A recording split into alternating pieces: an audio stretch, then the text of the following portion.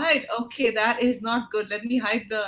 Um, all right, everyone. Welcome to today's LinkedIn Live, the Stand Up and Step Out show with me, Naina Kaputi. I'm very excited to have our guest Paula Echeverri here today.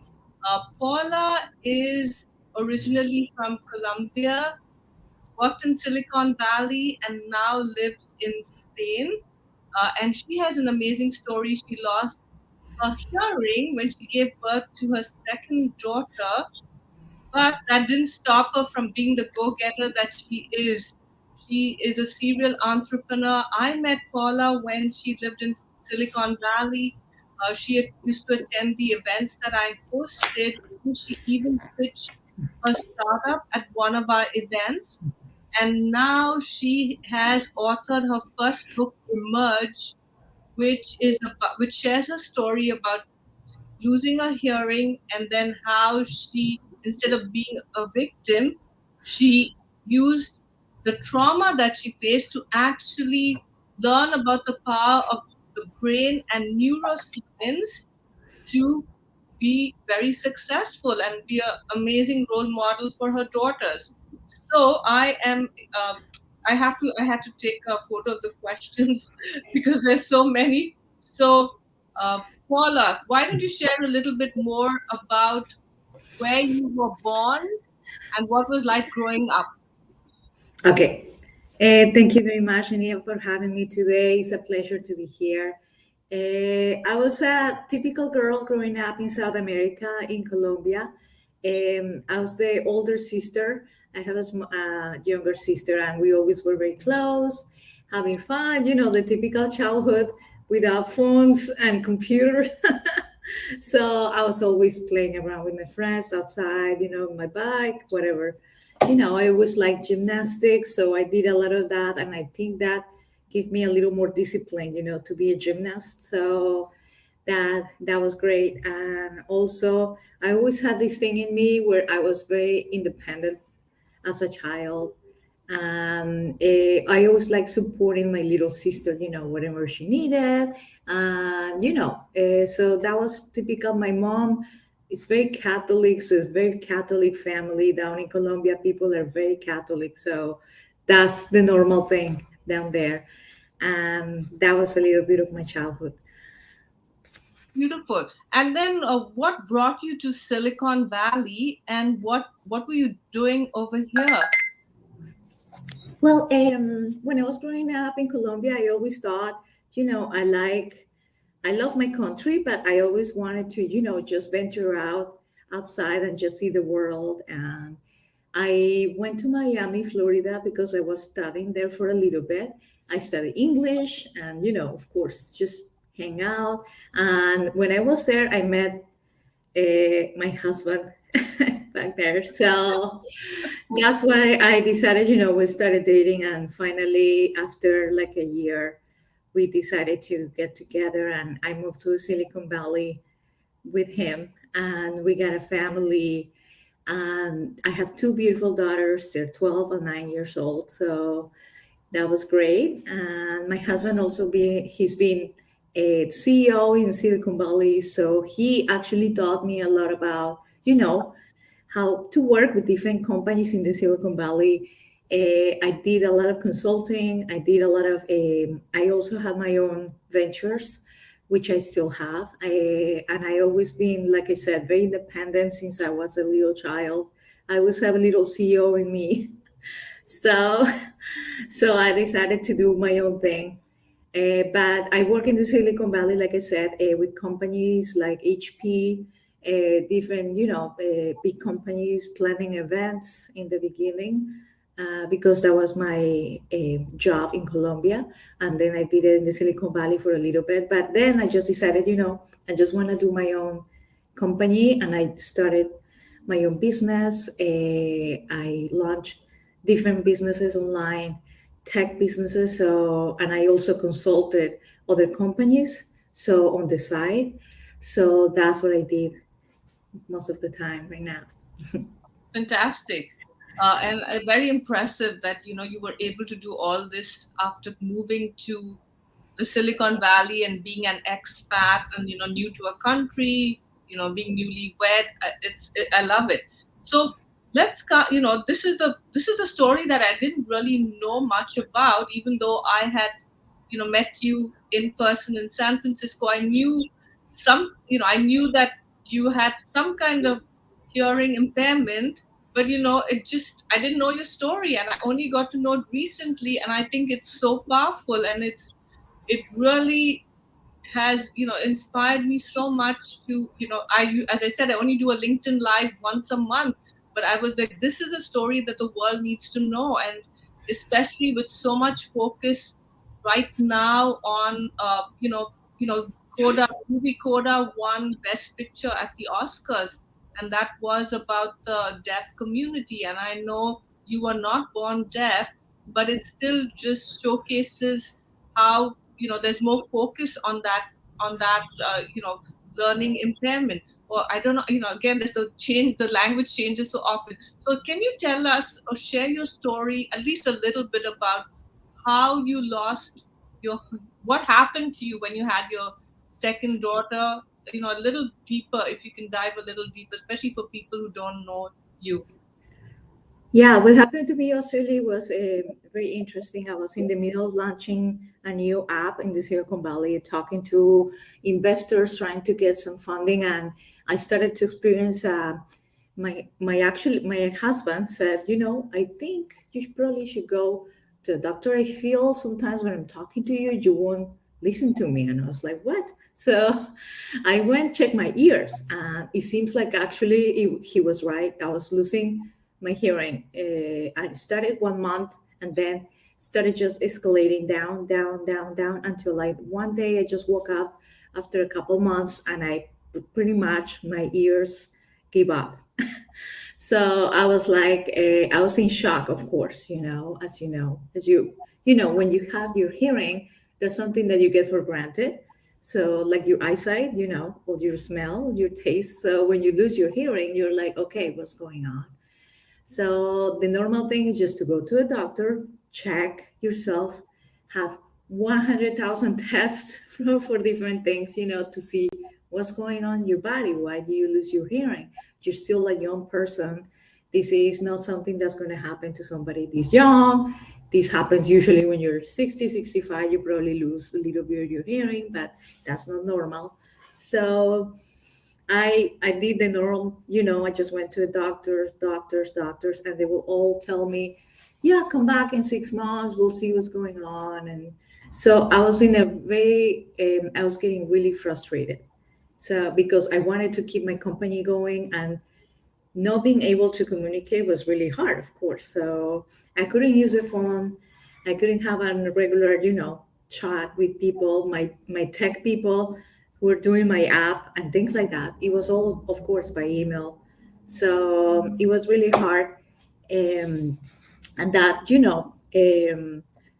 when you do that, you start thinking about, okay, why is this happening to me? So and I started kind of like sinking deeper and deeper into those, questions. Why? What do I do?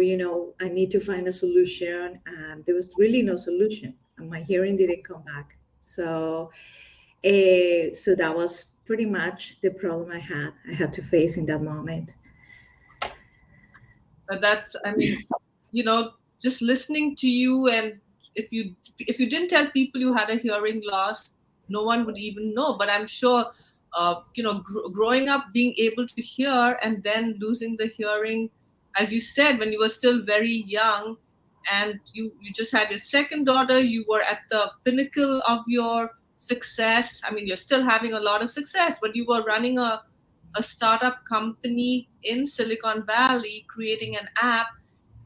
And I remember that app. I mean, I think it was a fashion app, right? Because you had pitched your startup to at my event to a bunch of investors. I remember that. Yes, yes. Yeah, but you've gone on to create more businesses after that. So that is, just so impressive. And hopefully, people watching the LinkedIn Live today or the Facebook, it's also playing Facebook on YouTube, or you watch the replay. we all have challenges in our life, and some are small and some are life changing, like in the case of Paula's. But Paula told me that she didn't just curl up in a ball and say, okay, that's it, I'm a victim, poor me, that's the end of my life. She moved on to trying to figure out how to continue the career and the life she had, as she's a mom and she's a businesswoman. And I know that you said you then leaned into neuroscience. So what inspired you? I know what inspired you because of your, but it didn't happen immediately, right? The neuroscience is a fairly new expertise that you have developed. So when did you get into neuroscience, and what was that aha moment that I have to, this is how I'm going to move forward with my life and my career? Talk about that. Yeah, neuroscience is a very is an emerging field right now. So, but I was always very interested about how the brain works. And since I lost my hearing, I started noticing my brain always, of course, your hearing, you hear because your ears process the sound, and that goes to your brain, and the brain processes it, and it gives you a meaning, about the sounds, everything around you. So I always started noticing that when I couldn't hear, my brain was trying to make sense of what I was, of the things around me. Even if it wasn't the right message, it will try to give me some sort of message, about what was going on. So I noticed those changes in my mind and in my brain after losing my hearing. And I was like, wow, sometimes your brain really tries to give you a meaning of everything. So that was for me really interesting. I started to look into neuroscience and how, the brain process, your thoughts and emotions and all of these, because I was going through a very emotional time, of course, a roller coaster of emotions every day. So I decided to see, emotions are feelings, are, produce emotions, and those are, regulated by the brain. And, all these chemicals in the brain that get released. And that's how you get depressed or happy, or, or mad, or whatever it is. There are all these chemicals in your brain. So I started noticing that when I lost my hearing, I was under a lot of stress. I was trying to understand what's happening to me, and I there's something that is a reaction from the body that is called the fight or flight. So it's actually a very natural instinct, that you have to protect yourself from problems, adversity, or challenges that you have in life. And it's a very healthy thing to have, but it shouldn't last long. It should just last, a couple minutes or something like that. And but many people, because of stress, leave those emotions and they stay there, and that really affects your body and your mind, and your thoughts. So I noticed I had a lot of what I call dark clouds, like thoughts, emotions, and things popping in my head all the time. So I was like, wow, what's going on? So when I started learning about neuroscience and looking into it a little bit more, I tried to understand, my body, my brain, and how I was, going through all these challenges that I had. And then I decided, if I know my body better, I can control, my body and my emotions better. I will be more successful, because during this fight or flight, response in your body, there's no, you can make conscious decisions. Like you don't have a lot of success doing, making any decisions pretty much in your life. So I decided to try to control myself and my emotions. So, but of course, I have to touch deep, like go down all the way to the point where I had an anxiety attack, and that's when I started digging more into this. I could barely breathe. My body was in shock. I could barely, I was in my car. I had to stop driving. I couldn't breathe. I had to tell my husband, just take me to the emergency room right now, because, I can, my body is not working right now. So when you touch deep, like that, then you just start, looking for ways to get out of that hole, like you said. So And I did it. I decided to stop thinking about why did this happen to me, and I started changing the narrative and seeing things in a different light. So I started rewiring my thoughts and changing my mindset, because when we face a problem, we don't see things as they are. We see them with the mindset that we have and the beliefs we have in that moment. So when you see that, it's really hard to make a good decision, and you're going through all the stress and your chemicals in your brain. They're making you know, your body reacts like that. Your heart gets fast. You can concentrate. You can function. So I decided to take a lot of steps, of course, little steps, little by little, fixing all this mess that I had in my life. So I went through a process, kind of, everyone goes through a process. Some people go faster and some people go, decide to go slower, which is okay. So everyone has their own process to manage, problems and adversity.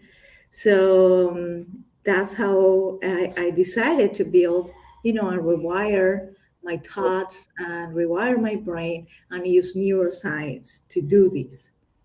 So the more knowledge I had about this, the more power I had in my hands to help myself, my body, and to be in a better situation.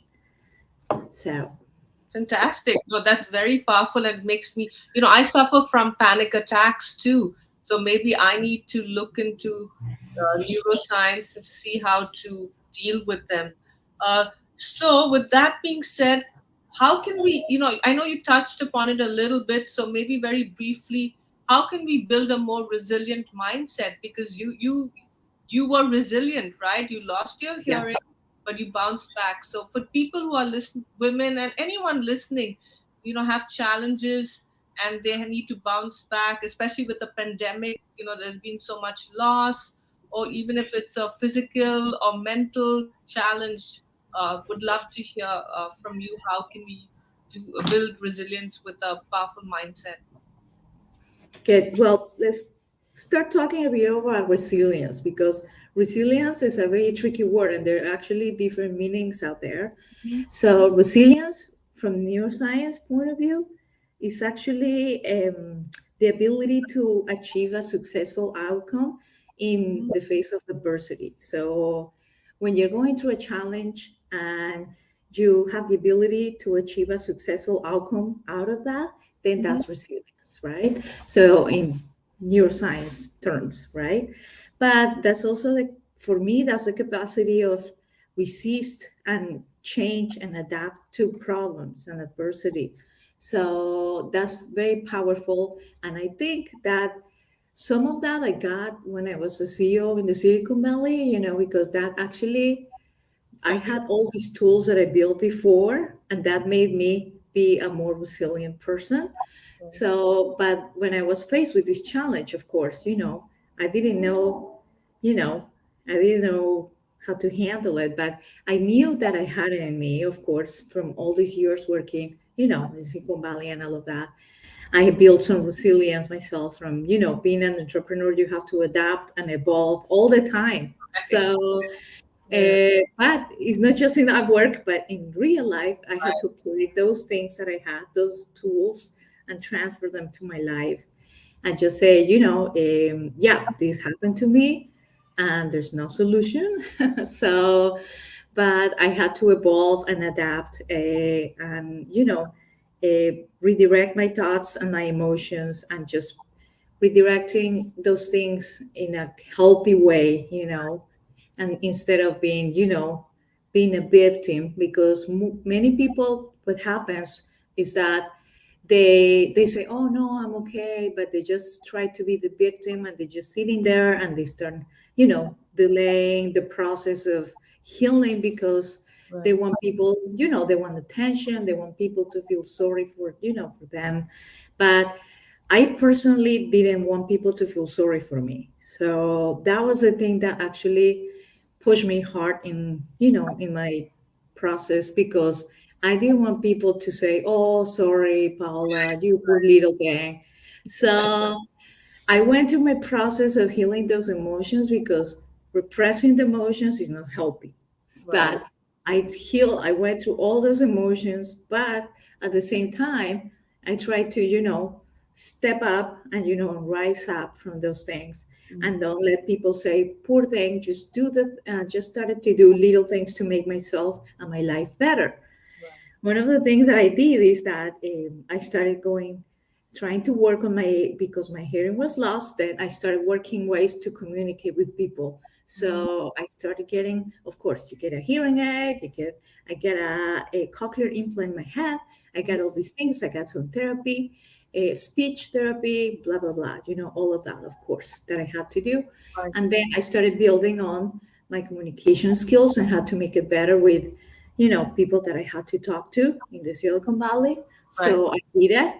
And of course, there were not many resources then like it is now. Right. Right. Right. Yes. So that's how I did it. Very cool. Awesome. And actually, before I ask you the next question, I see a lot of people watching on LinkedIn. So I want to just welcome all of them. If you have any questions or you just want to say hello, let us know in the comments. There's a comment section, and just let us know where you're calling in from. If you have questions for Paula, if you have anything to share with her, or you just want to congratulate her on all she's achieved, it's so that we don't feel like we're just talking to each other in an empty room.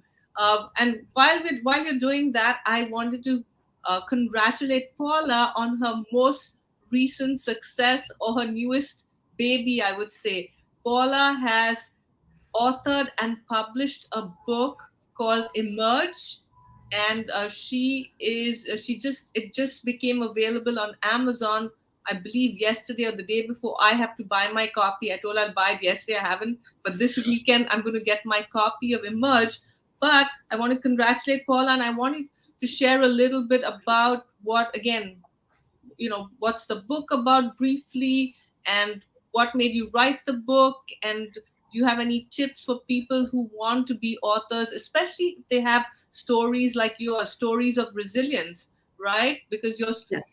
out of a trauma came a success and a mindset shift. So I know I asked you a lot of questions. I see Reem just said hi. Hi, Reem. Great to see you here, and she's congratulating you. So thank you for joining us, and everyone else. Go ahead, Paula. Okay. Well, I had this book in my mind a long time ago, of course, because I went through this process and I decided, I had it in the back burner, like they say. So I started actually writing a lot of journals, and writing about things that I had in my mind all the time, because journaling is one of the tools that really helped me. So I always like writing, and I always had, as a child, I like poetry. So I started kind of like throwing my feelings into poetry a little bit. So when I was a kid, I even won a couple awards in my school about that. So I started, and I stopped writing, and then I started one day. I had this journal, and I was looking through my journals because I like to look through them sometimes. I had a couple old journals in my drawer, and I saw this picture about me, that I painted, like a couple years ago, writing a book, holding a book with my two daughters. So, but that was one of my journaling sessions where people said, visualize what you see yourself doing in a few years or whatever.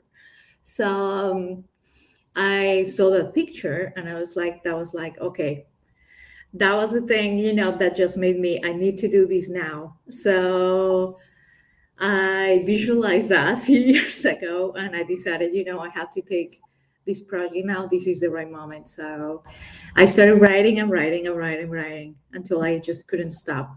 And I had somebody who helped me, a coach too. She helped me through a process, and we did this book, and I put all my heart and soul, my thoughts, even some poems that I wrote. And I actually put in each chapter some practical steps and tools that you can use when you're going through a challenge, what really helped me to be more, to rewire my brain and my thoughts and build my mindset and resilience. So, and at the end of the chapter, we have a collaborator, one woman who's answering some questions.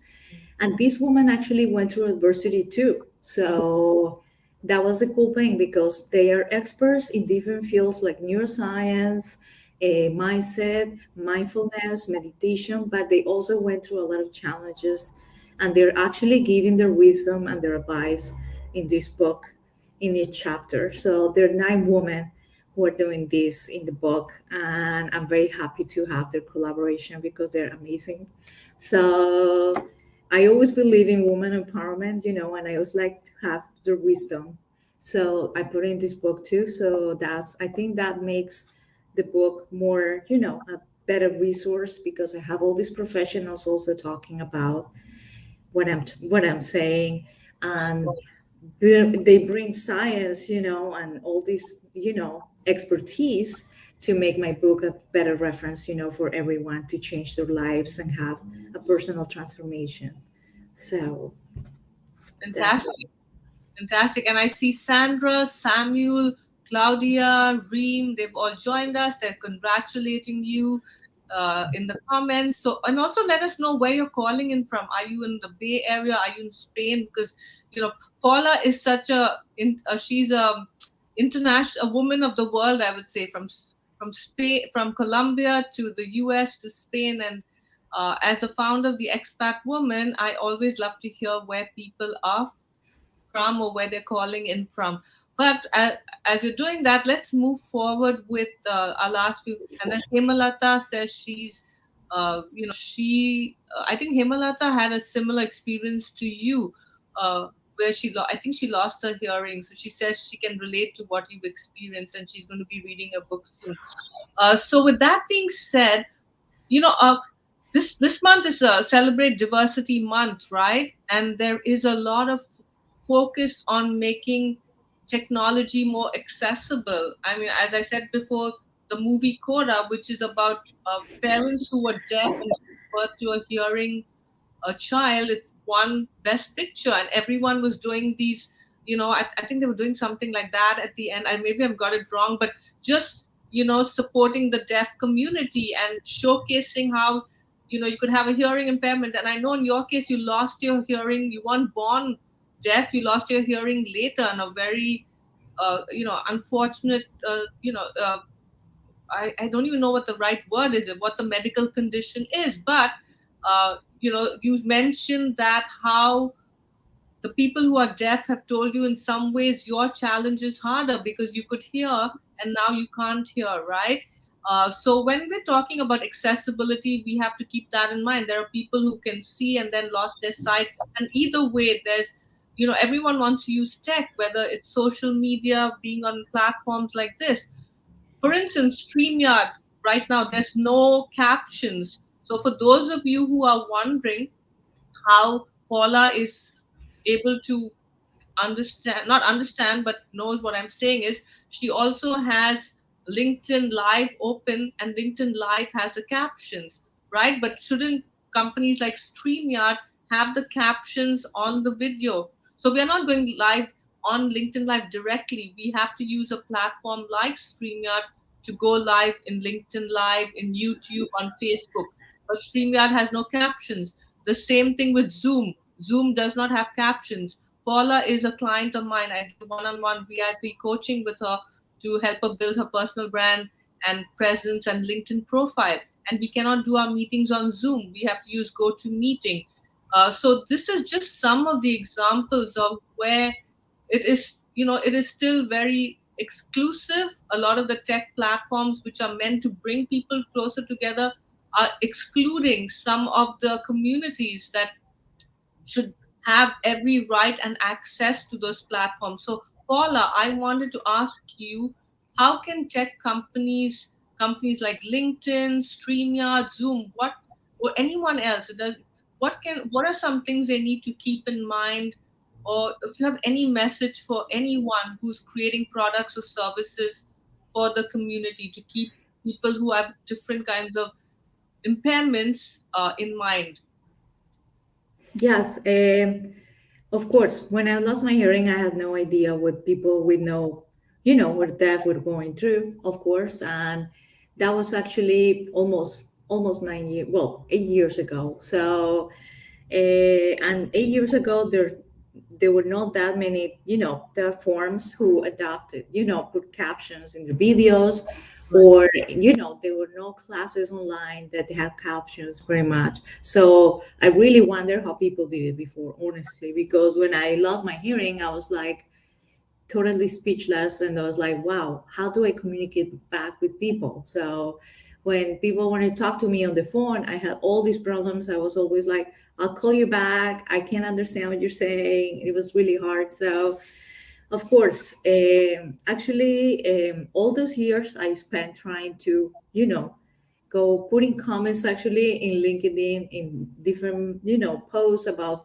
videos saying what's going on, why can't I get captions from these videos, and just trying to be acknowledged, as a hard of hearing person or deaf people who are going through this challenge. So I always try to, be an up. Now I am actually, of course, I am an advocate, about this.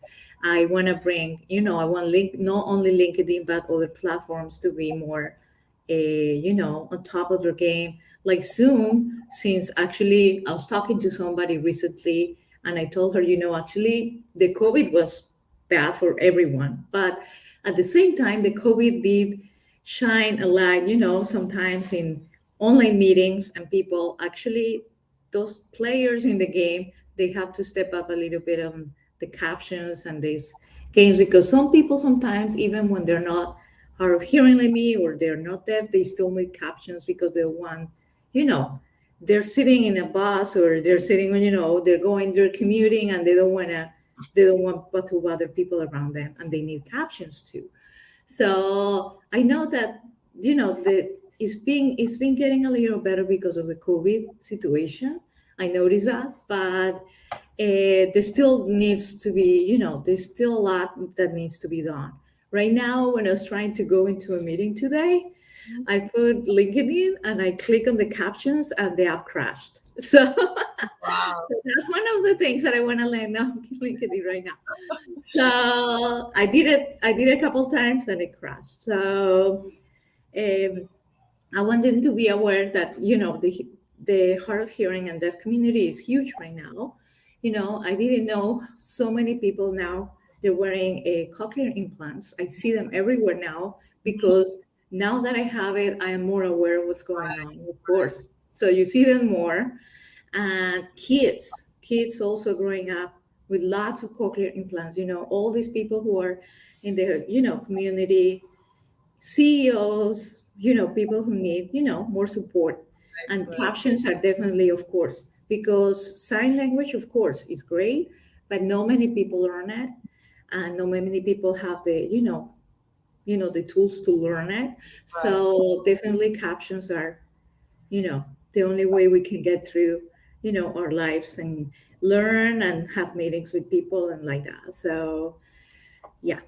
So Thank you for sharing. Yeah. No, captions, the LinkedIn captions are still like they don't recognize if you don't have an American accent, they yeah, just they just mess up your, like, I'm sure if we look at our captions on LinkedIn after this, we're gonna like squirm because they're like, we didn't say that. So they not only do they need to have captions, but they also need to be, they talk about diversity, but then when you talk about diversity, when you're using whatever the technology is to convert voices into captions, you need to have different accents in mind as well, so that yes, people who are, as you said, hard of hearing, hearing impaired, deaf, it makes sense to them, and it's not just a bunch of garbled words and incorrect English. And Reem just said something. LinkedIn can improve their voice over support, use that accessibility feature, but it's not consistently available. Reem, we'll have to share a little bit more about that. I'm not sure what you mean. And talking about hearing, hard of hearing, my mother is now real. She's almost deaf. She lives in India. She cannot hear me on the phone. She has a hearing aid, but it's just so hard and so frustrating for her, for me, for my kids. So I just know, like, her world has suddenly, she feels she's cut off from the world because she cannot hear. So again, I've tried, I'm now use WhatsApp, and I send her messages on WhatsApp to tell her what's going on. But not as she took many years to get tech savvy. She only just last year agreed to have a smartphone, and now she's using WhatsApp. But it just, so hopefully more can be done for people with various impairments or losses across the board, and at different ages face different issues. And so we've come to the last two questions. I've really enjoyed having you in the Expat Women Network for many years. You're a member of Her Success Society, my paid membership inner circle for women professionals. And now, the most latest, I've really loved working with you one on one with my VIP coaching to help you, revamp and power up your LinkedIn profile, build your personal brand, and now helping you get the promotion and publicity you need for your book and for your message, which is resilience, in the face of life threatening or life changing incidents or trauma, and how you can use your skills, your expertise, and your experience to empower other women or other people who are facing various hurdles in their life. So, just would how has this helped you? How has my coaching and the being in the membership and the Expert Women Network? What are some of the things that have helped you with your journey? Well, you know that I'm a big networker, and even before, after my hearing loss, I love to network and, with women.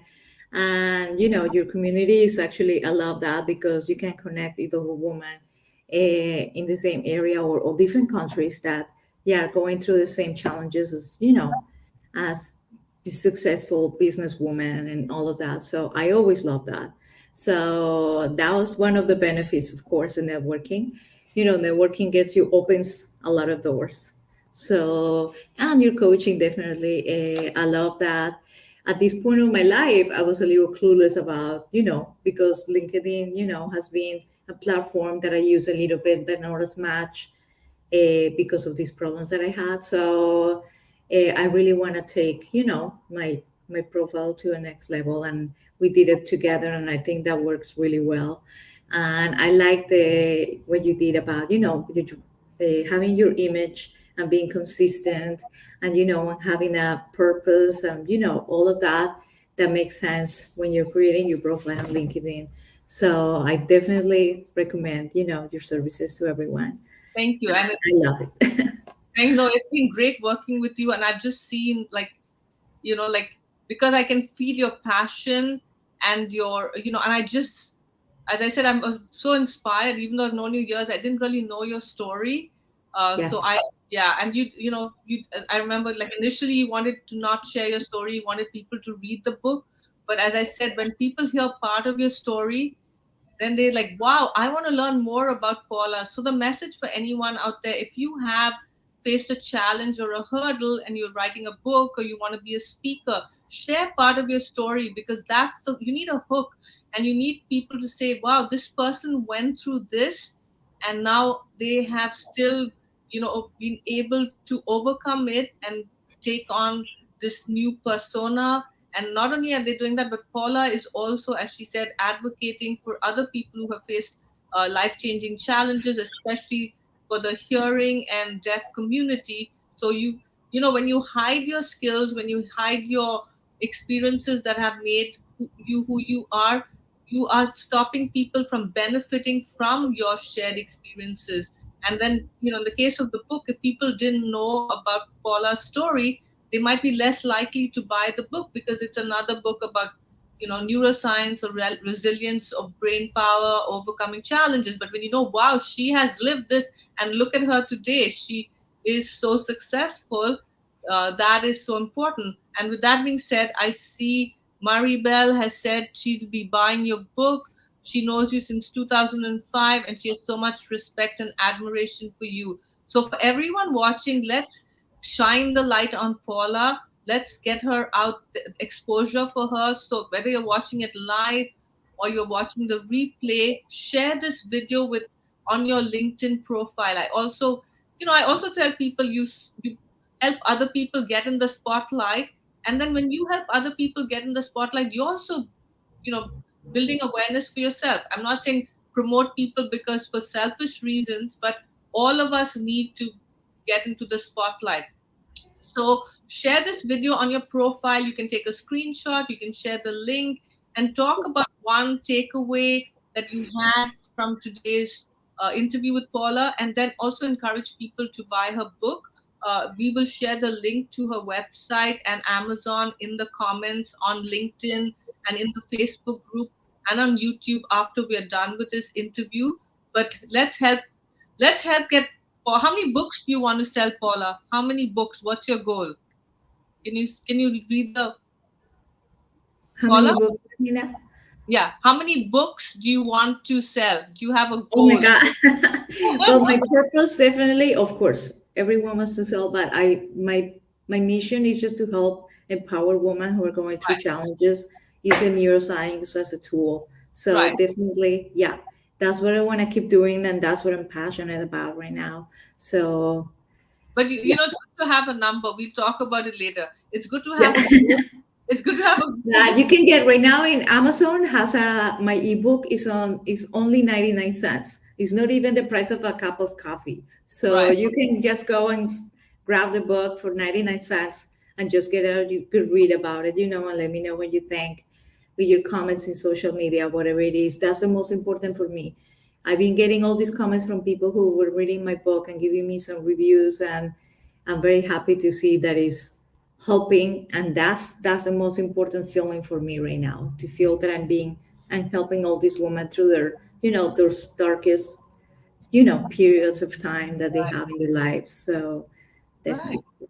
And how can people connect with you, or find you? What, like, one of the things I also would tell people is to, if you know somebody who has a podcast or does LinkedIn lives or has YouTube channels or writes blogs, I encourage you to ask them to share it with. I mean, encourage them to interview Paula, because Paula is not only you supporting Paula, but you're also advocating for other people who have gone through a challenge. Especially, as I said, the focus right now with this interview and with Paula's goal and mission is to help those, especially who are deaf or hearing impaired or who have hearing loss. So if companies like LinkedIn and Zoom, StreamYard, and other tech companies get to watch this video or get to learn more about Paula, maybe they will do more to make their platforms more accessible, you know starting Yes. with people with hearing impairments. So I just wanted, Maribel said, where can I get the recording? So Maribel, it is, if you're watching it on LinkedIn, you can just share it's the replay will be on the event page, so you can just share that from your LinkedIn page onto your profile post. So just go to Yeah. the share button and you share, and then say, watch this video. You tag Paula, you can tag me. On Facebook, I will, at the end, I will also share where it is in Facebook. I don't do in Instagram, so it's available on LinkedIn, on YouTube, and on Facebook. I will share the links after we are done in the LinkedIn chat as well. It's on Facebook. It's playing live, and the replay will be in my Facebook group called Women Thought Leaders Network. So, Paula, any last words before we sign off? Everything is good. Yeah. Yeah. All right. So, just thank you all so much for joining us. Thank you so much, Paula, for being here.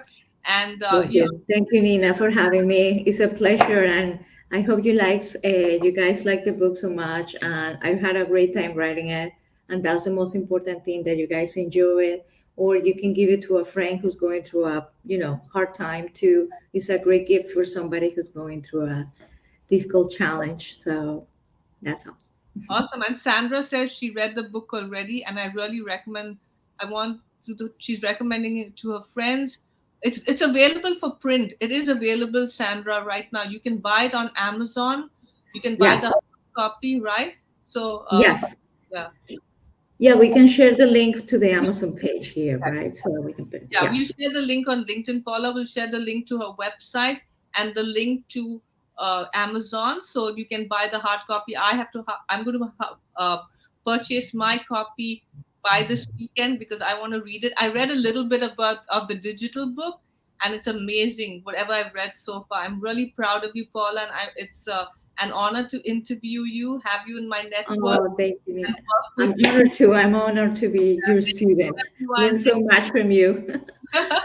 thank you Yeah. all so much. And connect with each other, connect with me, connect with Paula, follow us, and have a wonderful rest of the day and weekend.